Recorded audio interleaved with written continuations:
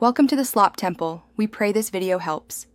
You will begin by getting Python 3 installed and running a real script right away. First, verify Python 3 version so you know the environment. Next, choose an editor that feels comfortable, open a new file and save it as hello.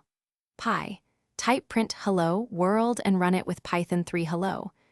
So you see immediate feedback. Once done, you understand file saving, execution, and the REPL loop. This concrete start prevents analysis paralysis and gets you coding confidently.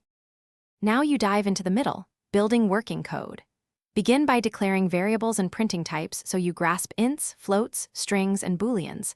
Then, implement control flow with if statements and do small for or while loops to process lists. Create functions to encapsulate logic and call them from a main block. This makes scaling simple. When you need extras, pip install a package and import it. That shows how the ecosystem extends your programs. To finish, assemble a complete mini project that uses input, functions, and files so you connect concepts end to end. Make incremental commits with Git and add simple tests to verify behavior. Refactor one function at a time to improve clarity. Practice running scripts in different environments and package your script if needed. If things go wrong, read the traceback from top to bottom, print intermediate values to isolate the issue, and test the smallest piece until the bug is found.